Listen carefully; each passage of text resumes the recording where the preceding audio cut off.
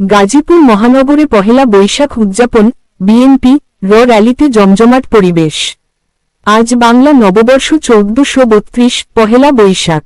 এই দিনটিকে ঘিরে দেশের নানা প্রান্তের মতো গাজীপুর মহানগরেও ছিল উৎসবমুখর পরিবেশ।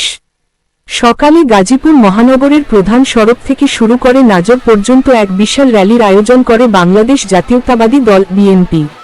এই র্যালিতে অংশ নেন বিএনপি মহানগর ও থানা পর্যায়ের নেতৃবৃন্দ, দলের কর্মী সমর্থকেরা এবং সাধারণ জনগণ।